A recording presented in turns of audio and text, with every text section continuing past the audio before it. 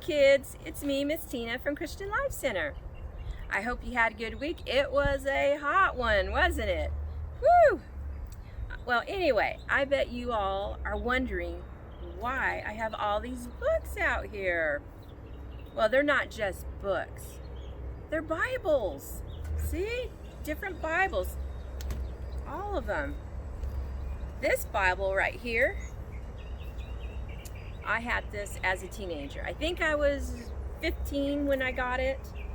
And it's kind of precious to me because I have notes written in it, highlights, and it's good to go through it because I can remember writing in it. And then I actually have answered prayers in here that I had listed and God answered. So it's a good reminder of God's promises. This one is very dear to me. My grandpa was a pastor. And he used to read this for encouragement to himself. And he also would take it to people's houses that he was visiting. If they were sick or they needed encouragement, he would read them this. So this is very dear to my heart. But you know what? All of these Bibles are precious. And they all have the same story. In the beginning, God created the heavens and the earth. They all have that story in here. They all share the story of Moses. They share the story of David and Goliath, Samson, the birth of Jesus, the death and the resurrection of Jesus. But you know what? All of these Bibles and all of the stories in them have one common thread. Can you guess what that is? They all point to Jesus. Right now, I have a video I would like for you to watch. I really enjoyed it. It was such a blessing. Parents, I encourage you to sit still and watch with your kids because it really is an awesome video. I will see you all after the video. The Bible is an amazing book. It's not just a collection of stories. It's one big story where everything points to Jesus. It begins with God creating a perfect world and placing a perfect couple in the middle of it. But Adam and Eve disobeyed God, and sin and death entered the world. God decided to judge the earth by sending a great flood, but he told Noah to build an ark so the animals and Noah's family could be saved. One of Noah's descendants was a man named Abraham. God promised Abraham that his family would be used to bless the whole world. The Israelites would have a special land to live in and would be as countless as the stars in the sky. When a famine spread through the land, God used Joseph to bring the Israelites to Egypt. But after a time, the Egyptians made them their slaves. So God raised up another leader, Moses, to rescue his people and lead them to the promised land. God performed amazing miracles along the way. He taught the Israelites how to live. He showed them how to build a tent called the tabernacle, where sacrifices could be offered for their sins. But even after they arrived in the promised land, the Israelites continued to rebel. They worshiped idols and demanded a human king instead of God. God was patient and allowed them to have a king. One of those kings was David, who defeated Goliath.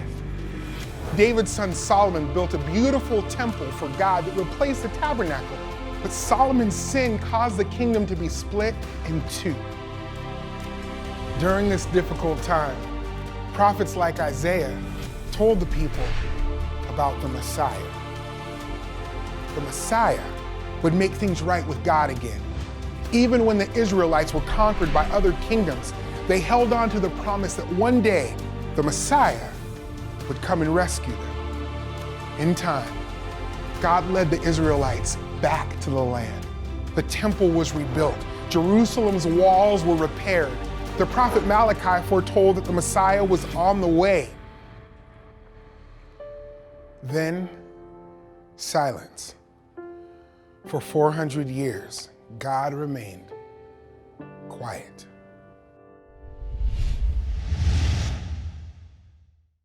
The silence was broken by the cry of a tiny baby born in a manger. His name was Jesus. He was the Messiah, the one the Old Testament pointed to from the very beginning. In the ark, where God made one way for Noah and his family to be saved from the flood. In God's promise to bless the world through Abraham's family. In the sacrifices which brought peace between God and his people. Story after story in the Old Testament point us to him. And finally, he was here. Jesus, the Messiah, the Son of God, had come to rescue his people.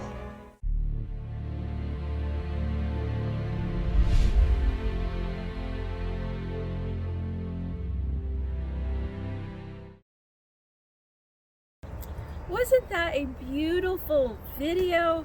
Oh, it just really touched my heart. I just loved all the color and the narration that gentleman did. But you know what was so beautiful is that those were just some of the stories in the Bible.